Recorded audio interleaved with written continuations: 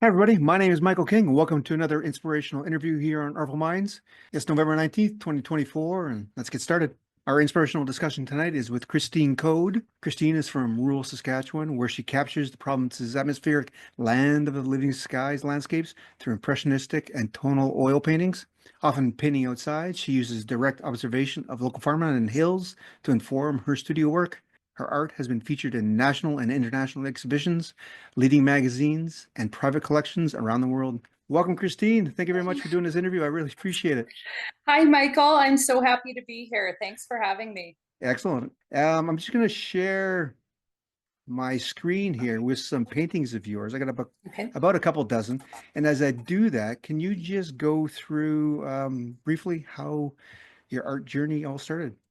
Yeah, sure. So I've been painting for about 20 years now. I would say about half that time I sort of spent fumbling around from subject to subject, sort of trying to find myself as an artist, figure out who I was. And then I slowly started to settle on the landscape and the sky. It sort of came more naturally to me. It was the least struggle. And then about 3 years ago, I started to practice plein air regularly. So that really improved my work a whole lot. And then I started entering competitions and I won a few awards. And my Instagram sort of blew up and I was offered representation at several galleries.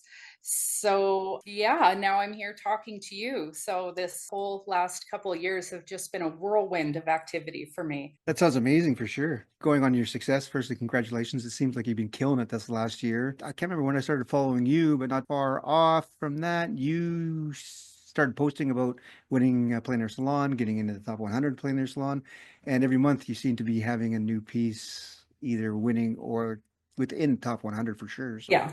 it sounds like Yeah. you're in the running for the 15,000 at the end of the year, Oh gosh, I don't know. eh? I looked back and I haven't seen any, I could be wrong, but I haven't seen any big skies win the plein air salon for the finals for the annual. So I don't know. It might be a long shot, but we'll see. So looking back on that and the last couple of years of how you've been growing, what are your thoughts? Oh my gosh, like it's just been, there's been so much activity and I've been so busy. I'm painting more than ever. All my days are blurring together. I have to pinch myself sometimes. The imposter syndrome is very real over here. Deep down, I'm still that Saskatchewan farm girl from nowhere, Saskatchewan. And, some of these artists giving me awards are artists that I've admired for years. And I can't believe they're even commenting on my stuff. And I get a little fanboyish and then I'm embarrassed of myself that I got all fanboy over these artists. But, I remember the first competition I entered and I didn't realize I could check out the web gallery before I entered. So I entered it and confirmed and everything. And then I realized I could check out my competition. And I did. And I sort of tried to gauge how I measured up. And I felt like I was probably maybe in the top 20%, but my work wasn't quite there yet. So I stopped entering for a few months and I really sat down and analyzed and tried to figure out what I can do to improve my work to get it there into the top 15 or 10%, and then started entering again when I felt more comfortable and started winning. So Man, that's that first fantastic. it's crazy. That first award given to me was awarded to me by CW Monday, Oh, and jeez. he gave me, yeah, right, and he gave me best clouds and sky, and my stomach was turning. I was shaking when I found out. Like I just couldn't believe it was my name there. So it gets easier every time, but still, I'm beside myself. Yeah, it's really surreal. Oh, for sure, but well deserved, without a doubt. I think you've answered this question for me, though. So when you entered, looked at the web gallery, I guess was that sort of a pivotal point for you where you knew you had to get better before you Yes, could really take off? yes, definitely. I tried to look at my work objectively and like I was the judge, and I really tried to see how it measured up against the other people's work. And I could tell I was not going to place. There was no way. It made me really sit down and analyze how I can improve and get better. And I did that. Nice. So what did it take? Let us into the secret. I think the biggest part was more detail in the land. That's where plein air work really helped me because prior to practicing plein air, I was making my land area very minimal and not putting much detail in there. And so I think that was a huge key. Yeah. Okay, so that kind of answers one of my later questions about how did the plein air affect your paintings in the long run, but that couldn't have been the only thing that you brought to your larger pieces. What did plein air do for you besides be frustrating? I think the spontaneity of fighting against time and capturing the light where it was. So you have to paint quick. So you get those spontaneous brush strokes. So suddenly, when you come back to the studio, you find your brushwork has improved and you can apply that spontaneity that you have outdoors to your work in the studio. It helped me bring my values closer together and have better transitions between the values, better value shifts. Doing plein air just really helped me get more expressive and less flat and less sort of cut out. I don't know how else to explain it, Yeah, but that's prior to that, I was just a studio painter 100%. So if you look at my really old work, which I think I scrubbed the internet of, or I tried to, but everything looks cut out. The cloud is cut out and pasted onto the sky, whereas now I'm bringing way more atmosphere into it, a lot more brushwork. In that I get more detail too. interesting, So interesting. yeah. So when you talk about the, more values between shifts and whatnot, is it because you can finally see them when you're painting from life compared to photos, or why did that come about that way? Yes, absolutely. Photographs just deceive you and they overexpose the light and darken the shadows. There's virtually no information in the shadows. So when you get out plein air, and one of the first things I noticed going out plein air is that everything in nature is way more gray than you think. When you're mixing up that pile of paint and trying to describe that derm field, you think it's, maybe yellow ochre and a little bit of white, and you mix that up, but then you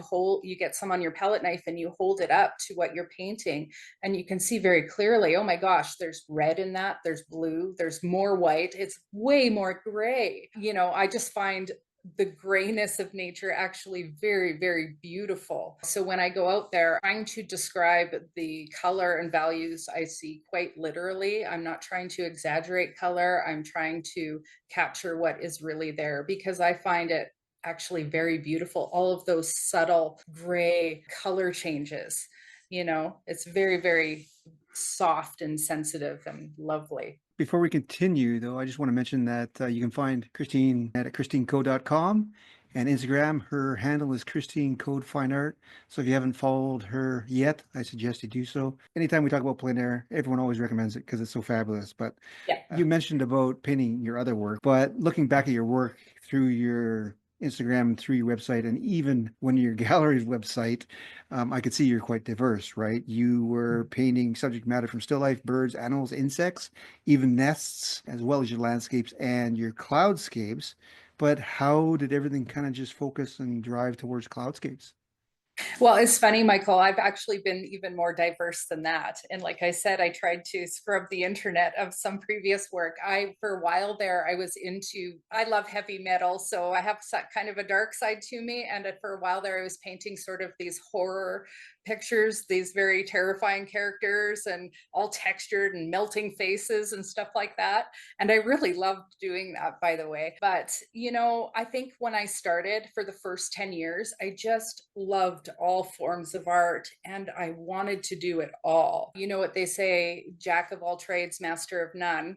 So I knew I had to start focusing and narrowing down and sort of brand myself, especially to get to the next level in my career. And the landscapes just seemed to come to me more naturally. Like if I was painting a still life, I might struggle for hours with a flower or whatever it is. Whereas the clouds, they just seem to come to me more naturally. So it was a pretty smooth transition. 2021, I had an exhibition that was entirely landscapes for the first time.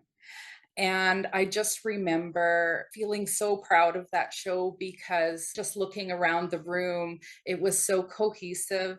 And it was the first time that it was when my husband was starting to frame my paintings. So they were all framed in these beautiful woods.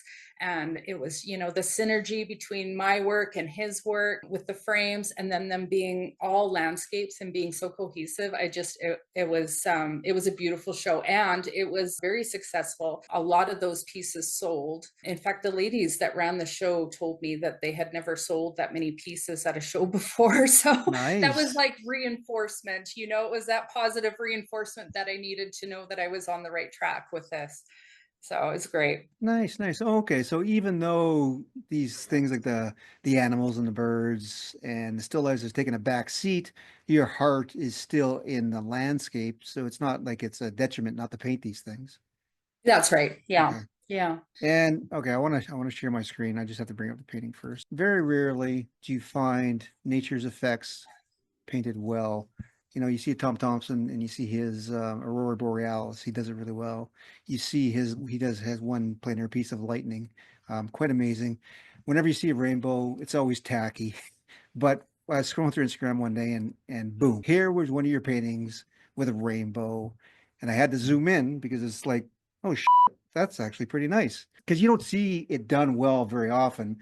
And Mhm. since you did it so well, what is your advice or experience with painting these like a rainbow in using paint? What do you need to do? Yeah, well, I tried to keep it tonal, if that makes sense. And it's difficult because it is a chromatic thing, right? But I tried to keep it tonal, and I tried to keep my chroma just in one small section of the rainbow and really bring attention to that spot. And then everything else kind of fades out or gets blurred into the cloud cover, and then so on. So, and then I have the light in the land, and that just kind of grounds it.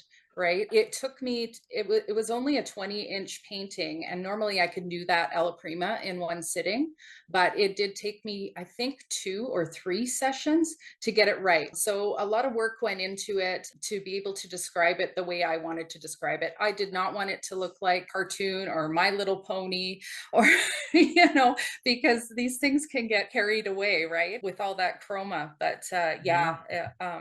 You even limited hue really because all you went for was kind of the Mhm. or reddy, yellow, greeny switch and nothing really else. It kind of just melts in, right? That's right. Yes, I didn't go for the full spectrum. Now, when I first painted it, I had the green and the sort of a turquoise at the end, and it was too much. So it's just enough to describe it as a rainbow. It reads as a rainbow, Yep. but it's not cartoony. Yeah. And did you Yeah. have to use a reference for this, or were you trying to just going from a photo as well? I did have a few photos of rainbows on my phone, But not and necessarily with this environment atmosphere. no, Okay. no, no, no. Yeah, I end up inventing a lot of things to make a good composition and to bring the focus where I want to bring it. Yeah. And that leads me to another painting or another question. I just got to find it now. So, with your cloud paintings, your atmosphere, landscape paintings, they Mhm. become almost second nature to you and are now very much instinctual. Instinctual being that there's a ton of knowledge behind them. So Mhm. you just dive in, right?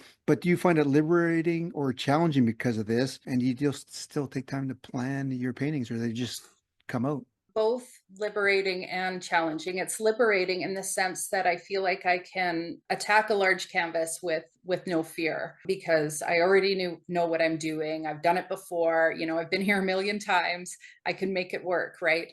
But it's also challenging in that I am finding myself using the same compositional habits when I just go for it. So if I don't take time to plan a new composition or a new way to lead the person into the painting, I'm just reverting back to the old habits. So both, when I want to think out of the box and do something new, I have to do a little bit more planning. Yeah, But that's interesting.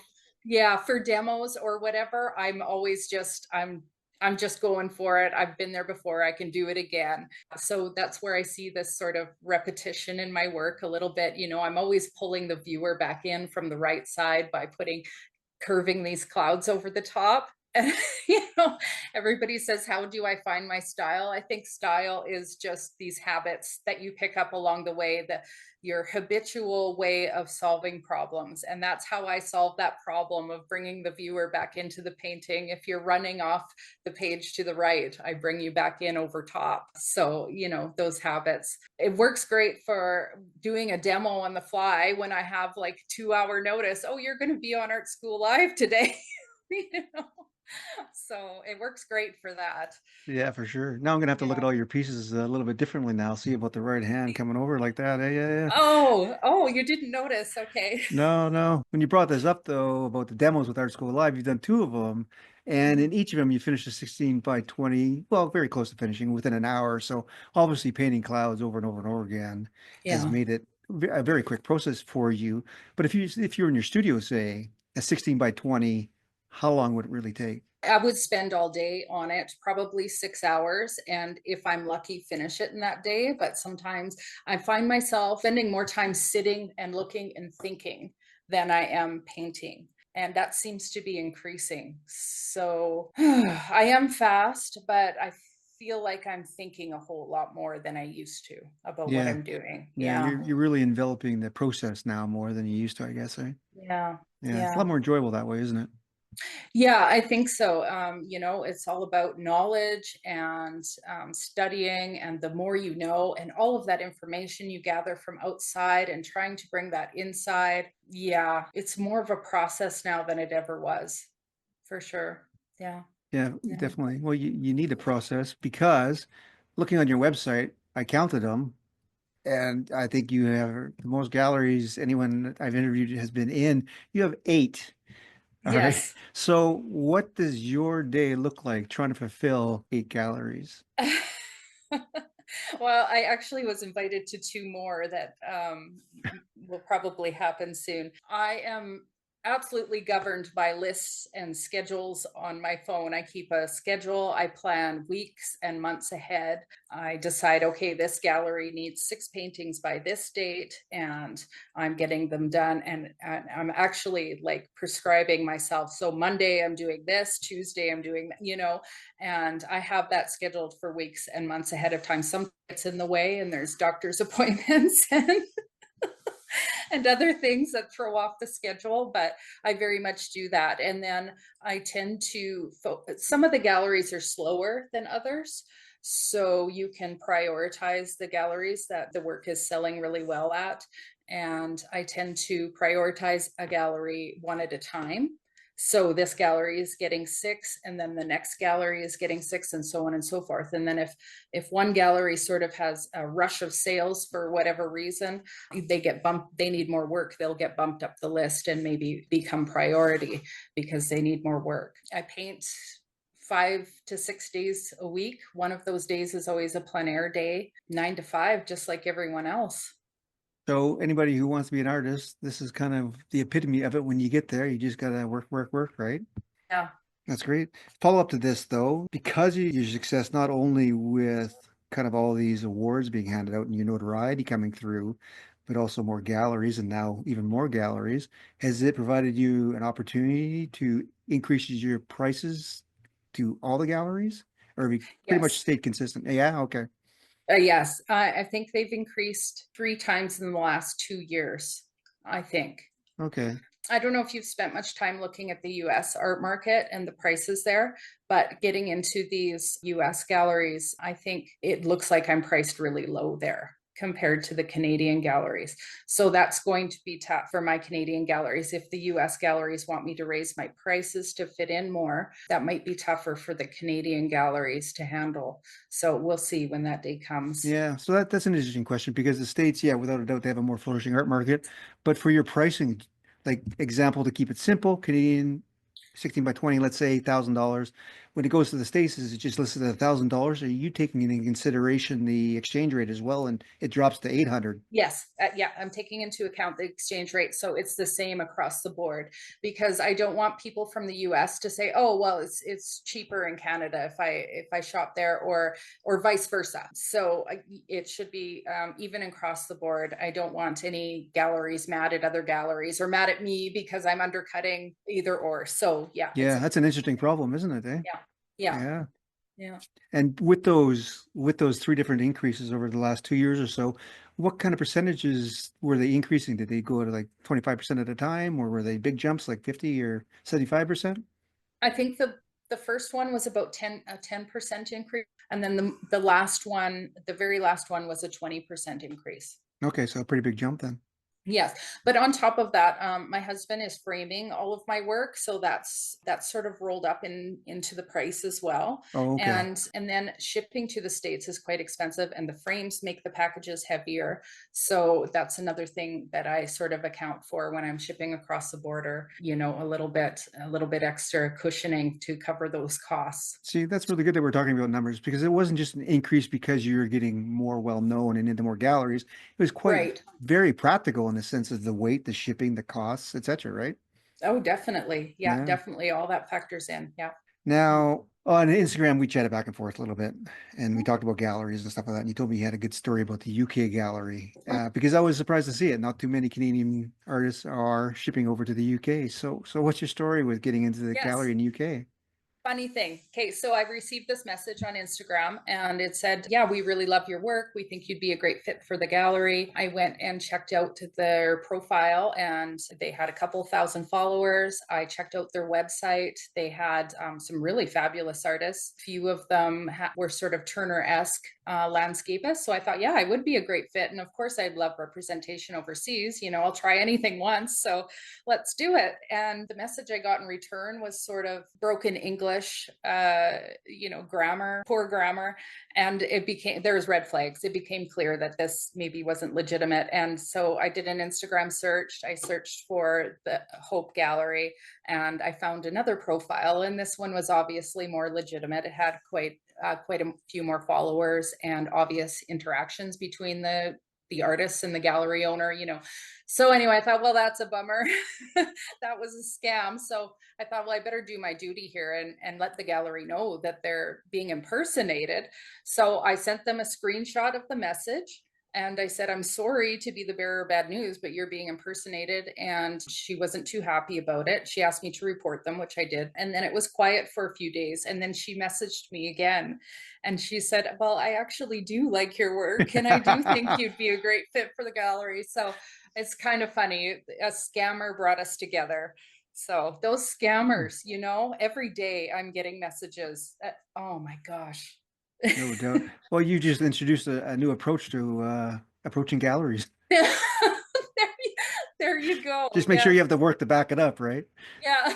Oh That's my God, right. that's hilarious. For those wanting to paint sunsets, everyone finds it so difficult because they miscommunicate chroma with value, for one thing, Mm-hmm. right? They really make everything way too bright for the sunset, and so you lose all the color. But that Mm-hmm. said, though, you brought up something quite interesting in your last Plein Air live session, which you can find on YouTube, by the way, if everyone here wants to go over there and watch it. You talked about a thing called the prismatic sequence. It makes a lot of sense, and I bet you nobody's really thought about it before, especially if they're more of a beginner painter. But can you talk about the prismatic sequence a little bit? Oh boy, I can't take credit for that. I first heard it from Carl Brett, and he's probably a way better teacher than I can explain it way better than I can. But I like to think of it as sort of a rainbow starting at yellow. So if you start at yellow and go to orange and then red, and then your violets and purples and blues. So that's sort of your rainbow. Now, what surprised me most about this when I heard this from Carl Bretsky is that it can be applied to a lot of things just in sort of a more reduced way. Like in the land, we're going from purple to blue to green and then more yellow. So there's that sequence again, right? And then I was thinking even in a blue sky, you see it where the blue starts out kind of indigo, just a touch of indigo, and then it gets blue, and then progressively you're adding cerulean, right, to bring in that green element. And then as it gets towards the horizon, really look, and if you really study, sometimes it does get a little bit pink towards the horizon. And then of course your hills are purple and so on and so forth. So it's actually in a lot of things. Yeah, it is fascinating when I first heard that. And like I said, look up Carl Bretsky and his talks about the prismatic sequence. It was just a revelation for me. really Yeah, helped me. that's Yeah. fantastic because I could see it. So instead of adding blues to your distant mountains, add some violet and work your way forward. You could. Yeah. Yeah, Yeah. that's Have fun interesting. with it. Yeah. Yeah. Question came in from chat. Can you talk about your brushes a little bit? And well, you're not really a blender, but what do you use to blend and your favorite brushes? And I think you talked about your brushes on the Plein Air Live as Mhm. well. You start with your natural and then move towards your synthetic, right? Yeah. Yeah. I think my process is a bit different. We're always taught to go from thin to thick. And I actually always start really thick and go to thin. I clean up with my synthetic. So I start with my natural bristle hog hair and I scrub things in really quickly and really with lots of paint. And then I start to clean up with a softer touch with the synthetic brush. And then I use my palette knife as well to sort of push and pull, push the top of the cloud into the sky and pull the sky back down into the cloud, and you just get some interesting marks and atmosphere that way. And then that way the um cloud doesn't look stuck on, right? that's right, that's Yeah, right. yeah, Yeah, yeah. yeah.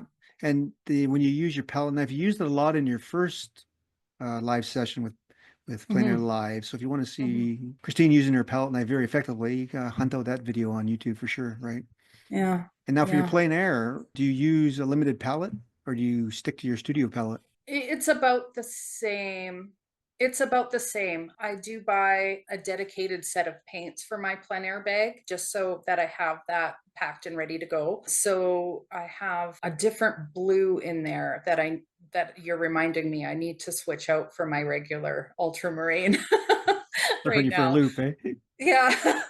Yeah, no, I haven't really tried to limit myself beyond, I even if I have a stack of paints, I tend towards the same 4 or 5 colors no matter what. It's so strange. So, and then my other tubes kind of dry up and get left in the corner. So I pull them out once in a while when special. Yeah, it's pretty much the same, I would say. Yeah. Yeah. Well, you never know when you're out there. You might be a different scene, and all of a sudden you need that CAD red that you never touch, right? That's You right. just never Yeah. know. Yeah. Yeah. Yeah. I definitely use a lot of CAD red for the sunsets. I'm using lots of cadmiums, so we'll see how that plays out in the future. No doubt. Do you tackle the sunsets Plein Air as well? Yes, I do. When I do try sunset plein air, I find myself just going in quickly with a palette knife for the whole thing. So I'm not trying to make a pretty picture, but I am trying to color match what I see. Yeah. So it's more of an exercise for yourself to train your eye. So when you go to That's the right. studio pieces. That's right. And sometimes they turn out great and are saleable. And Hmm. and a lot of times they're, just you keep them for a while and study them and apply it to your work in the studio and Yeah. nobody gets to see it. Good fire starter. Uh, Yeah. now what Yeah. size are we talking? Are we talking like 6 by 8 or 9 by 12 or If I'm doing a sunset, yeah. I don't think I've gone bigger than a 6 by 6 for a sunset. Okay. Yeah. Yeah. Yeah. Or Yeah. 6 by 8. Yeah. Yeah. That's how challenging they are, right? Because you have to Yeah. paint fast, right? Oh, it changes so quickly. You look away for 10 seconds and then look up and it's already has changed significantly. Yeah. And you can't really chase it. Yeah. Now, do you Yeah. anticipate the colors you're going to see based on experience and kind of pre-mix them, or how do you go about it? You Uh, just slap them on?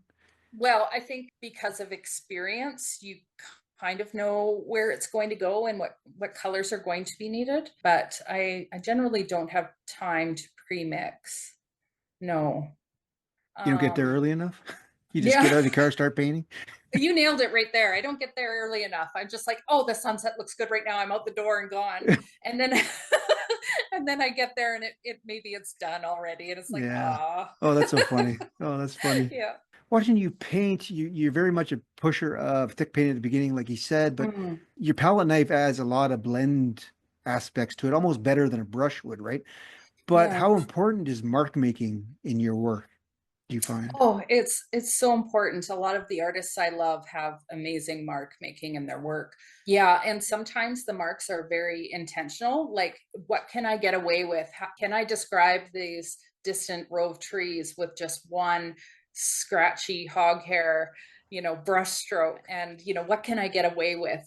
Plein Air. And then sometimes the marks are accidental, just a flick of the palette knife or a push and pull. And all of a sudden there's this amazing mark there. And it's like, oh, I love it. I have to keep it. But you have to be careful. You can't, sometimes I make a mark and I hold it so precious that I find myself painting the entire painting around that mark, and the painting's not working and I can't figure out why. Well, all along it was that mark that I held so precious.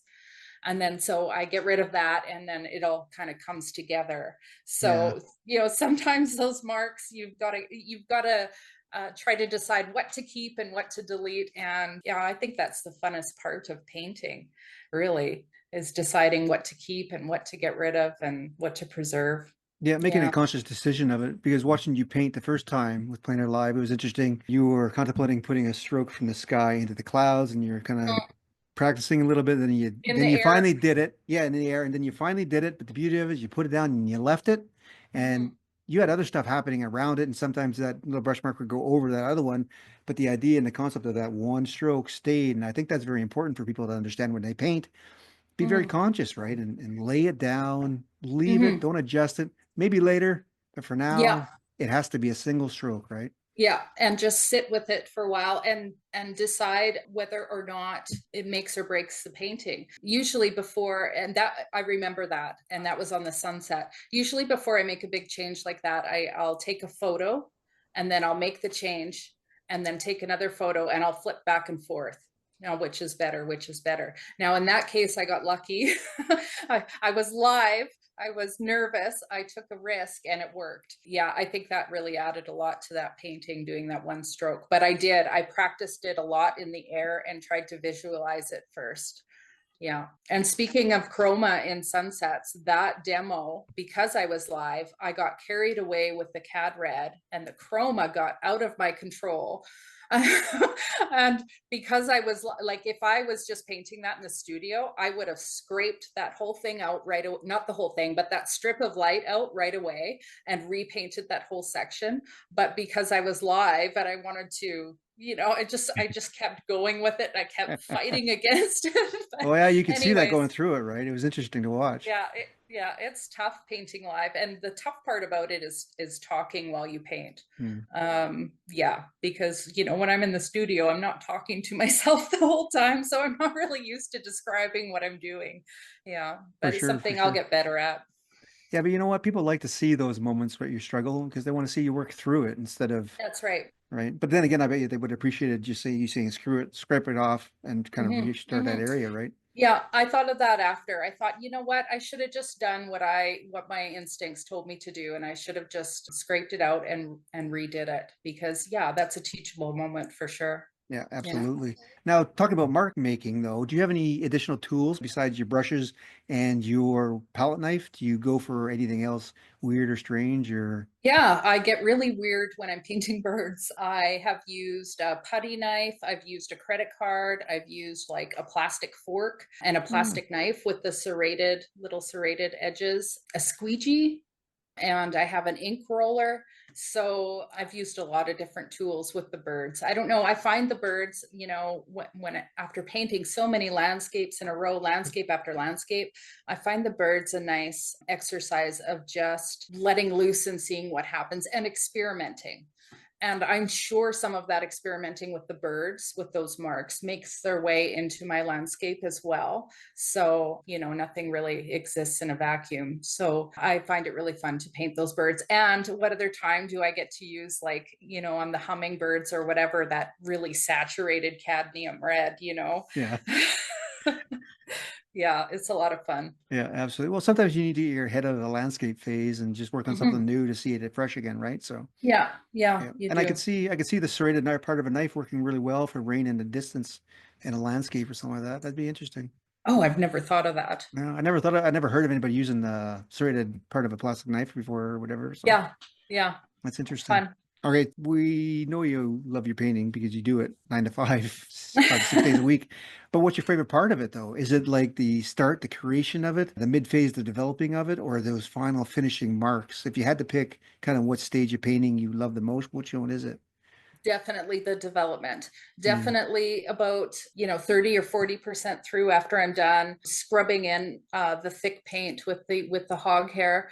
And then when I'm cleaning up and deciding what to keep and what to get rid of, and pulling the cloud into the sky and creating more atmosphere. Sometimes I'm deconstructing and reconstructing, and that's definitely my favorite part, is making all of those decisions to make this whole new creation.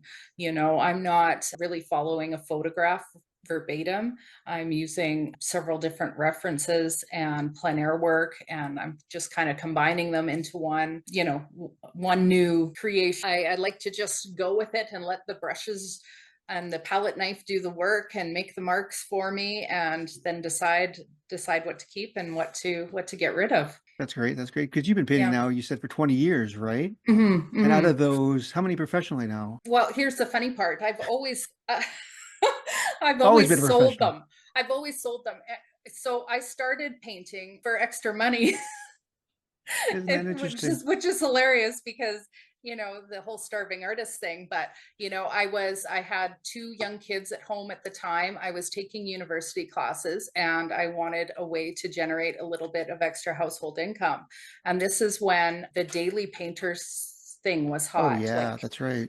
Carol Marine and Abby Ryan and all of those folks were on eBay selling their paintings, and they were making, they put a painting up every day, and they were making, three, six, $900 a day. I thought, oh my gosh, if I could even just pull in $40 a day, I'd be able to buy our groceries for the month.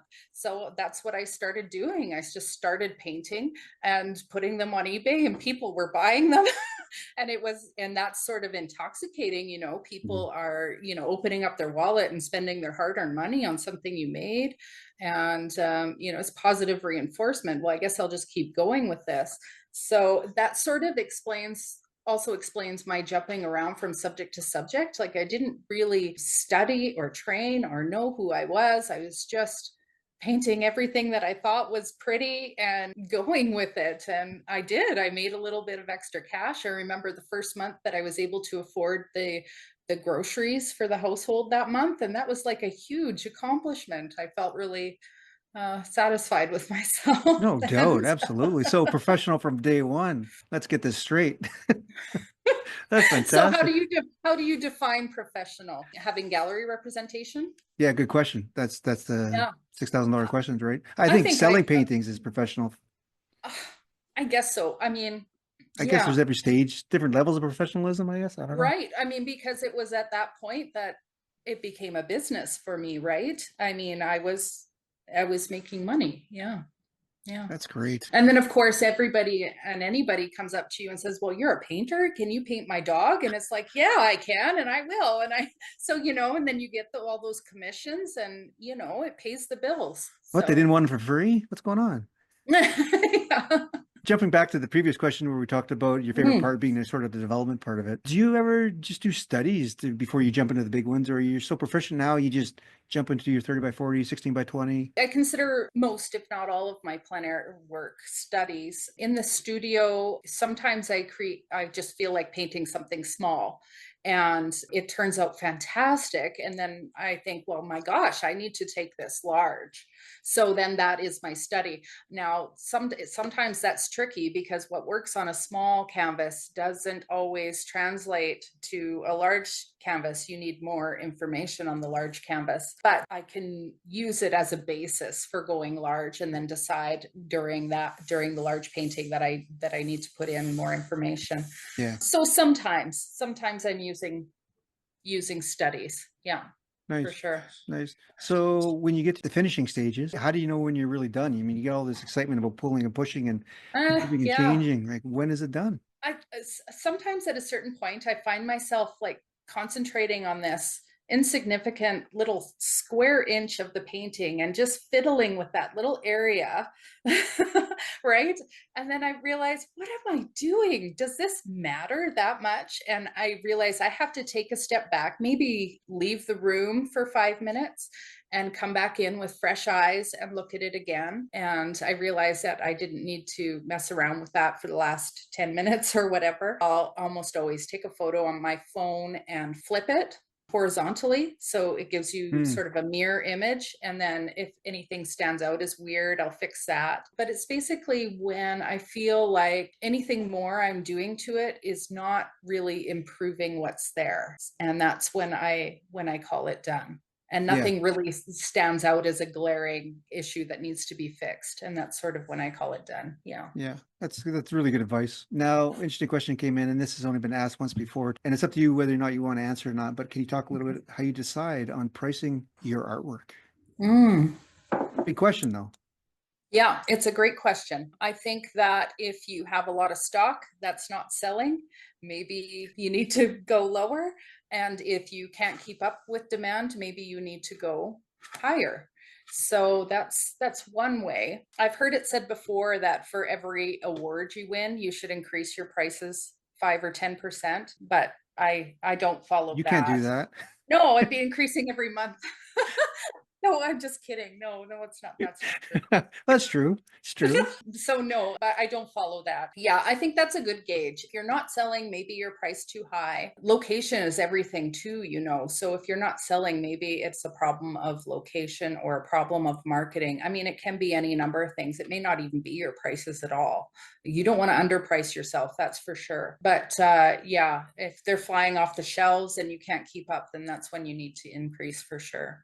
Yeah, and Mhm. probably you find because you're in such a wide variety of galleries, you probably find that the market plays a big role as well. Like maybe a more resort town in BC or Alberta sell more than some of the more rural ones in the States or even in Saskatchewan. That's right. Yeah, Yeah. yeah.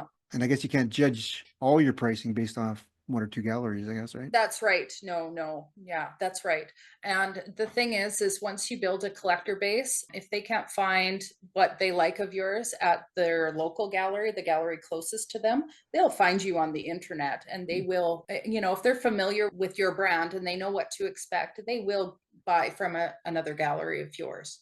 That's a loyal following for sure. Yeah. Do your galleries feed into your decision on what to paint next? Like, do you get Mm, suggestions for I need all squares, or I need the long thin, or I need bright mm, skies, I need turquoise mhm. skies, anything like that? Yes, pretty much almost all of the galleries that have taken me on, the three words I hear first are large, warm sunsets.